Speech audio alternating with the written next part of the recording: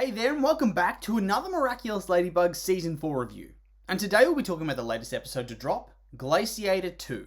Now, coming into this episode, I wasn't really all that hopeful that it was going to be all that interesting.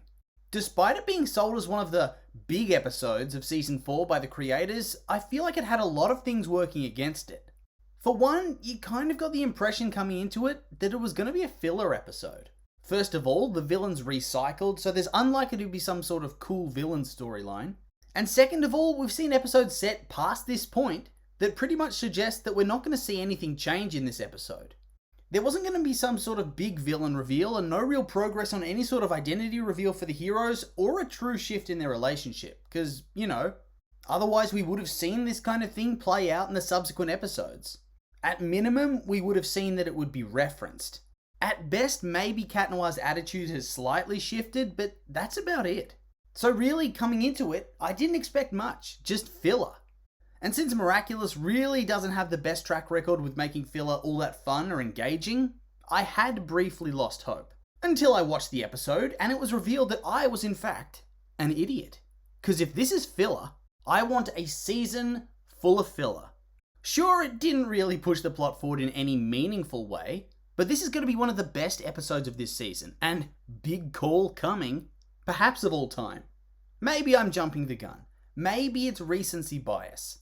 But this episode was super funny, and they really leaned into the silliness of the show, making fun of a lot of the elements that have been part of the show since season 1. It was just such a breath of fresh air. But anyway, with all that being said, let's jump into the review.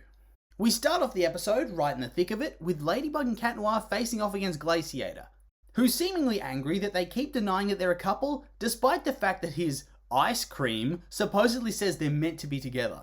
Odd thing to get akumatized over, but alright. Anyway, over the course of the battle, Ladybug gets more and more flustered as she notices that people seem to think that she and Cat Noir are a couple, despite her assurances that they're not, with articles, news reports and billboards all displaying their famous kiss and their supposed relationship. And side note, isn't it a little bit creepy that an entire city is so heavily invested in two 14-year-old kids kissing that they plaster them all over mega billboards? That's a yikes from me.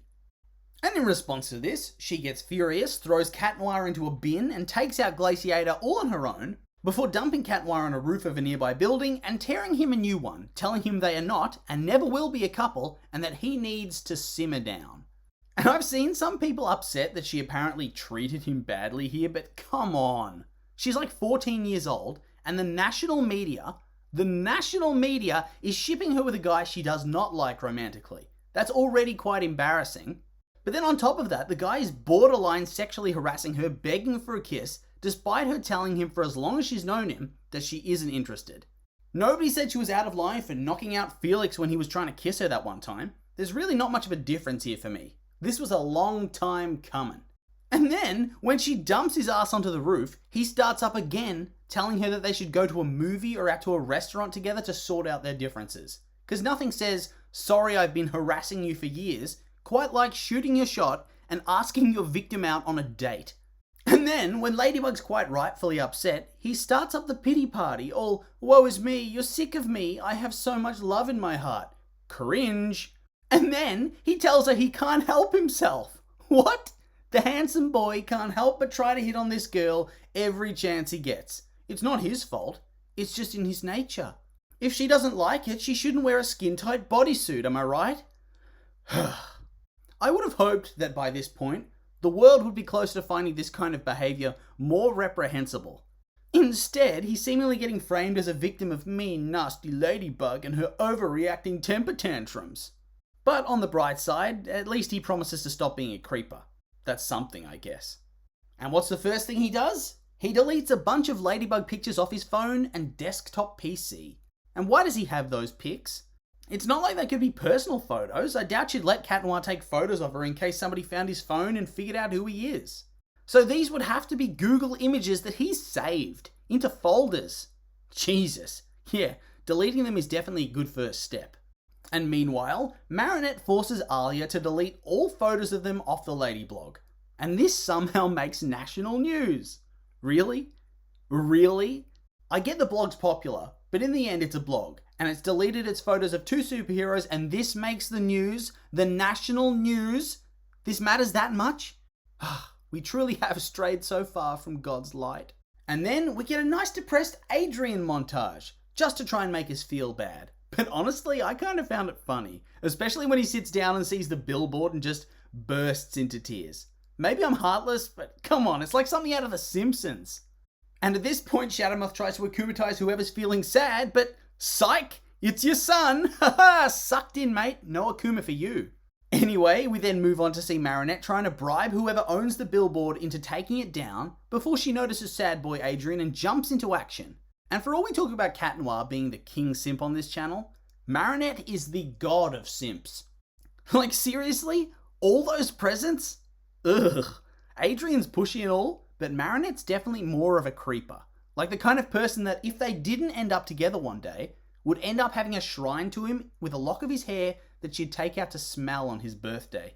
Anyway, with Tiki's help, she finds the gift she wanted and does a super casual walk by to Adrian to try and attract his attention. And for all that the simp stuff can get pretty annoying sometimes, this was actually legit funny.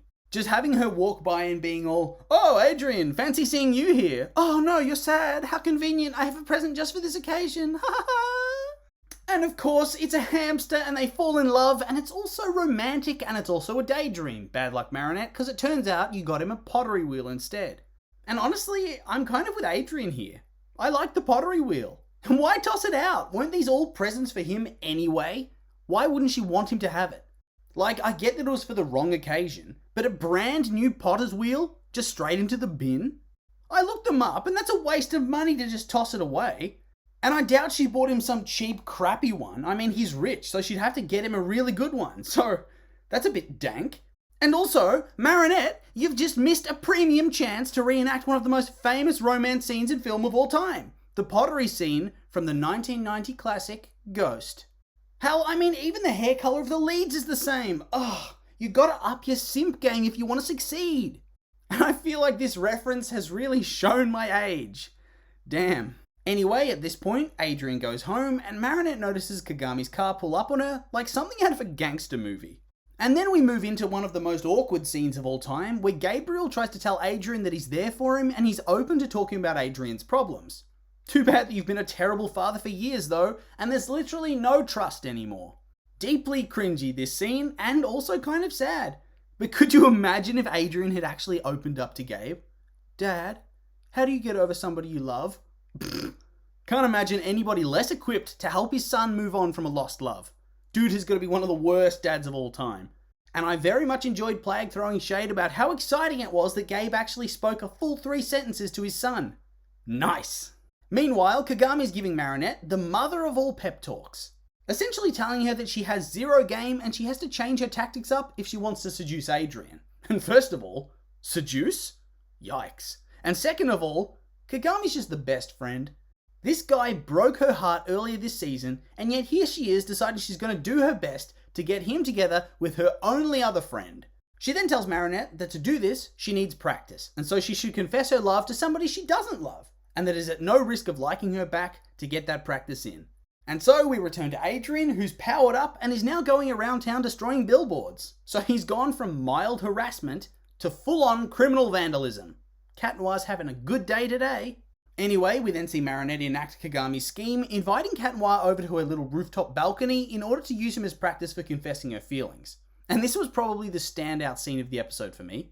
There was just so much perfection crammed into a couple of minutes. From Cat Noir's constant interruptions on what expression or poses he should be making, to Marinette using the codename Buttercup when referring to him, to her getting steadily more angry and less romantic as he constantly ruins her attempts to practice, to her realization that her entire speech is ridiculous when he gives her a very passionate rendition as an example to follow, before telling her that he isn't here to judge the quality of the text.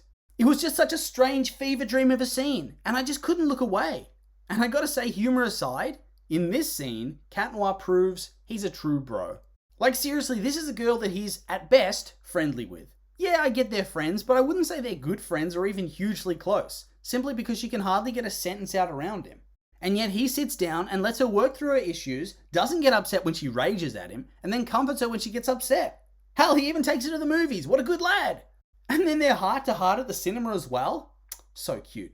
Although I do think it's a bit weird to use Cat Noir as her test subject, considering she literally threw him in the bin earlier and told him to back off forever. I mean, yes, he deserved it, but still, I don't think I could do that. My conscience would hurt. It kind of feels off, like she's using him. Although I guess from another school of thought, he kind of deserves it because he's pushy and clingy and makes her uncomfortable. So she shouldn't care about using him like this. So honestly, I think I can see both sides of that. And then we have a cute little scene of Cat Noir and Marinette catching the bus to the cinema where they want to see some terrible monster film. And first of all, the ice cream dude looking at them through the window of the bus and getting upset? Dank. What a man-child. This is a grown-ass man getting mad that two teenagers he ships aren't together and that one of them's seemingly gone on a date with somebody else. Also, surely the fact that Cat Noir and Marinette are in public together would warrant a news report? This would be big news, right? Especially if deleting photos off the Lady blog was such a big deal. The world thinks Cat Noir and Ladybug are a couple, right? Well, wouldn't they see this as a betrayal? Hell, wouldn't they think, wait a minute, Cat Noir is meant to be dating Ladybug, but now he's here with this random girl. A random girl with similar hair? After all, we know that people can recognize the hair. We saw Alia do it in like season 1, I think. And we do know that the spell prevents you recognizing who they are, but you can still use logic to piece together an identity, just like Adrien did in Cat Blanc. So logically, wouldn't people see that Cat Noir is out with this random girl and think, oh wait, that's actually probably Ladybug? And honestly, it would have been funny if the rest of the world pieced it together from this, and yet Adrien and Marinette were just clueless to it all. I mean, I get that the IQ of the city of Paris in this show is meant to be low. They share one brain cell here, but come on. Cat Noir, in canon, really only seems to hang out with the other heroes in public. And then suddenly, he's with this random high schooler out of the blue. This would be all over the internet, wouldn't it? And I guarantee people would be speculating that she's Ladybug if this were real life. But, of course, the people in this show are mostly smooth brains unless the plot needs them not to be. Also, I just need to mention that the guy yelling at them in the cinema was funny. The whole scene I was thinking, I wonder if that guy's going to get mad at them. And when I finally let my guard down and thought, probably not, he did. Glorious. Hell, on a rewatch, every time you see his face, he's a little bit more angry. But since you're mostly focusing on the main characters, you don't really notice until he snaps. And then, as they continue their heart-to-heart outside, Andre the ice cream man gets upset because apparently this proves his connection to his ice cream is failing and gets akumatized. Pathetic. Dude needs help. Anyway, he attacks him at her house and Ladybug transforms while Cat Noir distracts him before she uses her lucky charm to create a goddamn sports car, which they use to trick Glaciator into going over a hot air vent and melting. And I'm surprised this actually works. I figured he'd be made of magic ice cream that can't melt. Oh no, my one weakness, melting! Seriously, what if it had been in summer? Would he just melt away? And then we get to see Marinette finish her speech to Cat Noir before deciding to go off the cuff and speak from the heart, with great success. And since he is so clueless, I wonder who Adrien thinks Marinette's talking about, because I doubt he'd figure out it's about him. And the only really pretentious male characters he knows are the Mayor and Gabriel. And now I've left you scarred by that nightmare scenario, let's move on. And before we finish, Kagami at the end revealing that she got her plan from a manga and that she was worried because she kept reading and realized it was a risky technique because they could be devoured by carnivorous plants was too funny. I'm all here for Kagami's Season 4 development, honestly. She has quickly, and very quickly at that, become one of my favourite characters. What's up with that? And that brings us to the end of the episode, and what a roller coaster. It was truly a glorious episode, and despite it being filler, it was perhaps my favourite episode of all time. It's just so random, so stupid, but so funny. But, as always, those are just my opinions, and now I'd like to hear yours. What do you think of the episode? Like it, hate it? Make sure to leave a comment and let me know.